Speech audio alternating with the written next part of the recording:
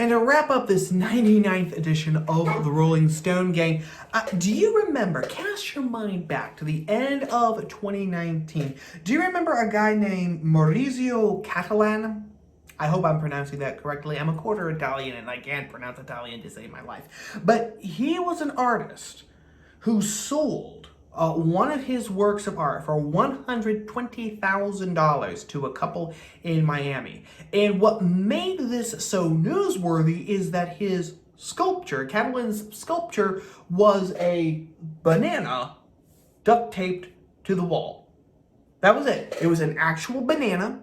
Okay, it wasn't a fake banana. He didn't carve it out of plastic. It wasn't made out of topaz. It wasn't made out of gold. It wasn't anything like that. It was a regular banana like you would buy at Walmart or Hy-Vee or any place like that, and taped to the wall with regular duct tape like you would find at Menards. That was it. And it sold for $120,000. But you know what? I hate admitting this, but at the very least, at least with that Miami couple actually got something when they spent their 120,000 G's.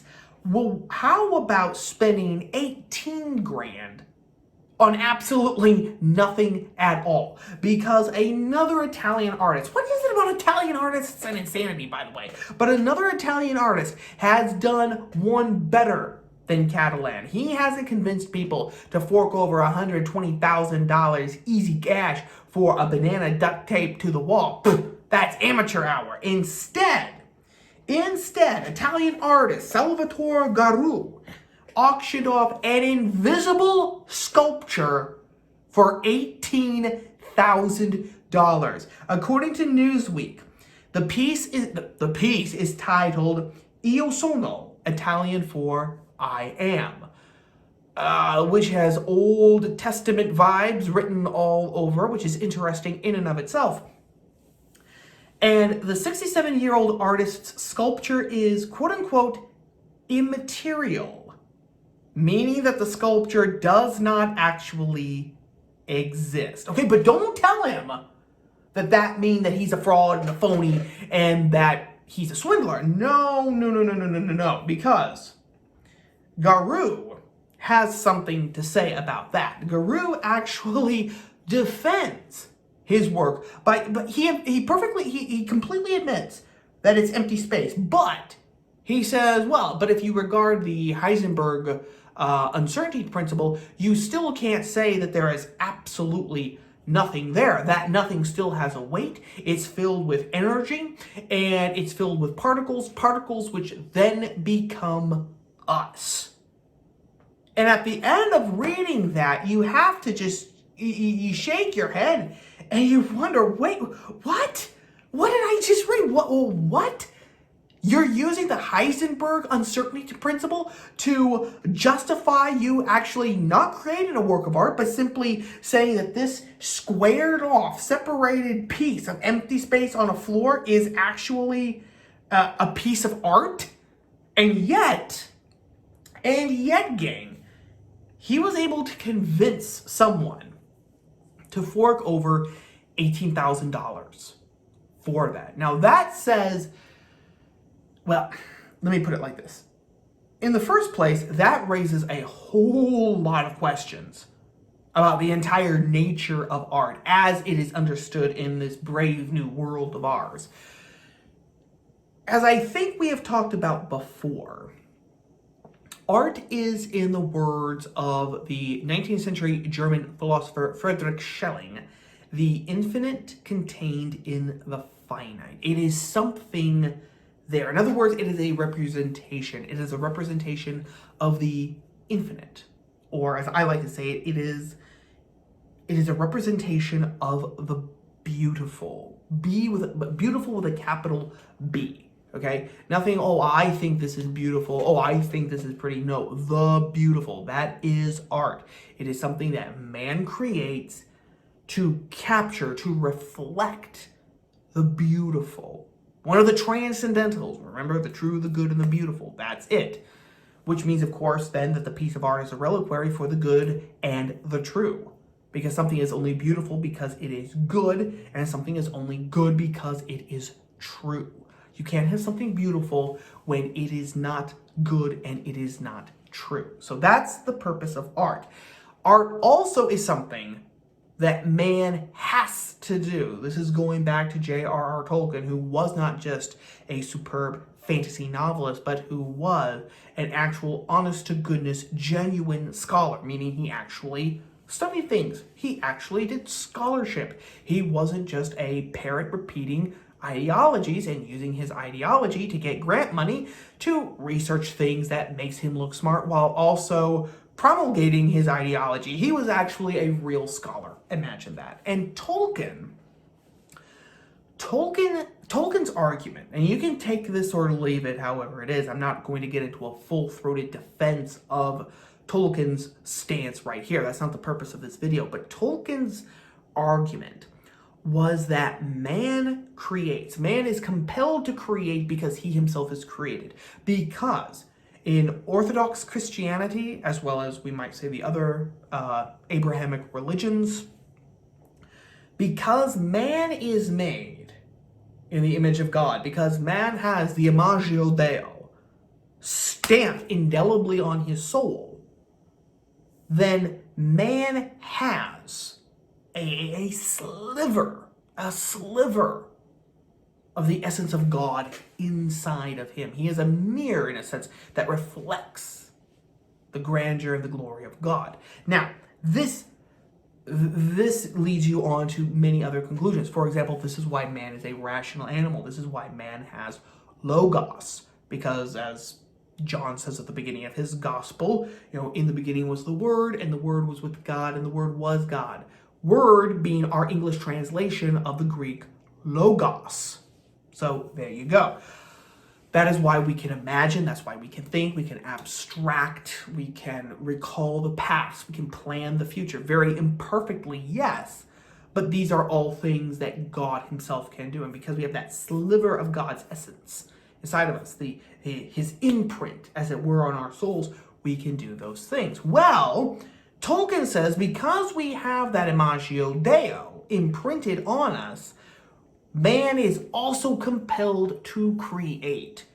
God is the creator. Again, he made everything in the cosmos. Again, from an Orthodox religious view. An Orthodox, we could say, Abrahamic religious view. God made everything. And since we are made in the image of the creator, we ourselves are, as Tolkien says, sub-creators. Meaning that we can't create anything out of nothing. We can't create ex nihilo like God does, but what we can do is we can take the raw material that God has provided us in nature, whether that's rock, whether that's wood or silver or gold, or heck, if it's just parchment and paper, right? And we can create. And as G.K. Chesterton noted in his book, The Everlasting Man, man has always been an artist. Man has always been a sub-creator. Tolkien was looking at some of the prehistoric cave drawings that were discovered in the south of France. I forget exactly where. And this is what caused him to say that whatever else man may have been, from the very beginning, man has been an artist. Man has had this impulse, this need to create. Okay, that's why art exists. That's a very long-winded explanation, gang, for why art exists. Well, now, if art can now simply just be an invisible space. So here, I'm going to do something a little different, gang, okay? If this empty space, gang, that you see now before you can genuinely be called a work of art. Again, I didn't make this door. I didn't make this. I'm not even talking about the door or the wall. I'm saying, again, the empty space right here, okay? What I'm putting my hands through right now, if that is a work of art, then what exactly is art? Where exactly does the creative process come into this? What is the role of the artist in the world? Because now there is nothing of the artist. I mean, an artist doesn't have to create anything. An artist just has to square off a space and say, that's art. Why? The Heisenburg Uncertainty Principle, particles, spiritual energy, things like that.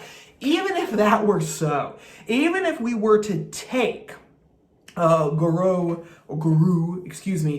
seriously, he didn't create the spiritual energy or anything like that. So again, what actually is art?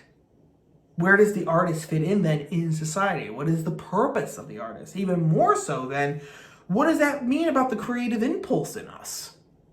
That's kind of going back to, what actually is art. Because now, if the creative impulse can be, quote unquote, satisfied simply by drawing some lines on a piece of concrete where there's nothing there and just saying, yeah, that's art, then that isn't going to satisfy that creative impulse. But everyone is going to say that it satisfies the creative impulse because everyone is going to say that that is art.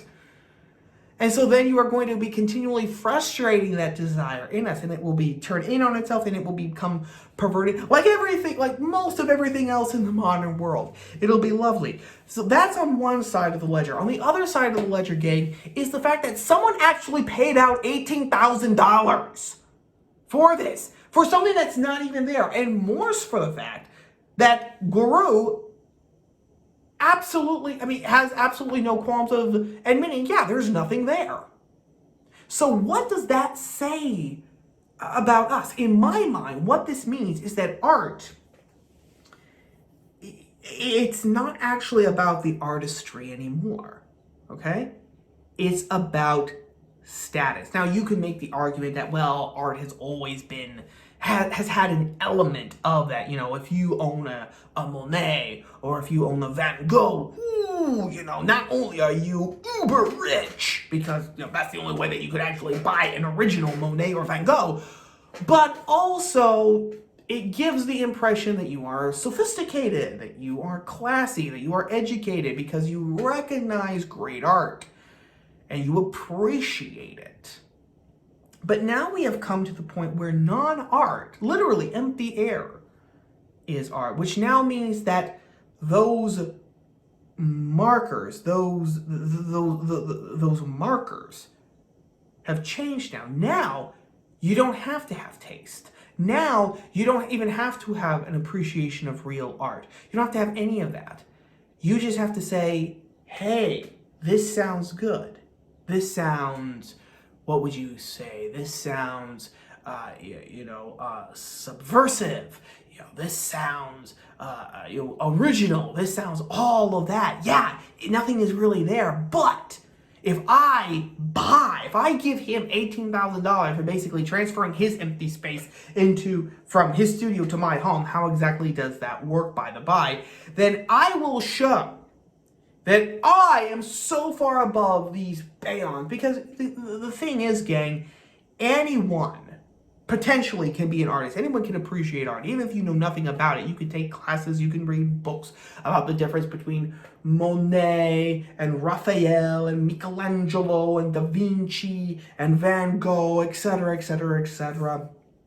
You could do this. You could educate yourself. But you can't educate yourself on something that is entirely made up, such as using the Heisenburg Uncertainty Principle to justify you not being an artist, but still calling yourself an artist. But now, the more bizarre something sounds, the more out there it is, for lack of a better terminology, the smarter it sounds. The more exotic, we might even say, it sounds. And so if you actually buy into that, you will be sending out a social signal that you are far above. You are not limited by conventional thinking of art. You have liberated yourself. And you have stepped into another plane. I mean, it's really an intellectual swindle. Everyone knows that there's nothing there. But Guru lies to himself and to the population to make everyone think that he's a genuine artist. And then the people who bought the damn thing are lying to themselves, to him, and to everyone else by saying, yeah, we agree with this. Because then it makes them seem smart.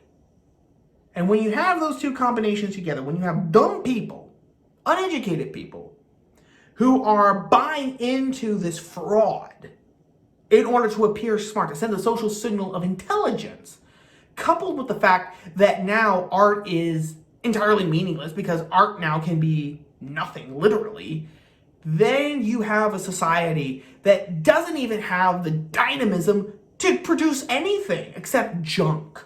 Because why would you actually take the time and the effort to cultivate your skills, to learn things, and then to create, whether that's painting, whether that's drawings, whether that's musical composition, whether that's sculptures, whether it's writing stories or history in the vein of David McCullough or Shelby Foote. Why would you do that when you can just take the easy way and look smart in the process? Why would you do that? You wouldn't. And so the dynamism, the need to improve, the need to create, the need to genuinely progress is gone. And that's really the interesting thing. If I'm going to leave you with one thought with the story, gang, is here. The sacrificing of progress for the appearance of liberating progress. That's it in a nutshell. And with that, gang, I am calling it quits and wrapping it up because I've got a long weekend ahead of me. Again, if you don't see me for a while, it's because YouTube took down that first video and they have thrown me in the clink for 90 days. So I will either see you really soon or I will see you a little bit down the road with some new material and maybe with some announcements as well. So, in the meantime, gang, stay safe, stay free, have a great weekend, enjoy the weather, enjoy the beautiful sun and the air and the sky, and stay safe and stay free. I think I've already said that, but stay safe and stay free by daring to read, think, speak, and write.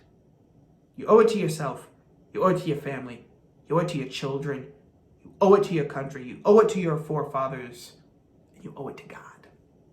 I'll just leave you with that. Take care, everyone. Ciao.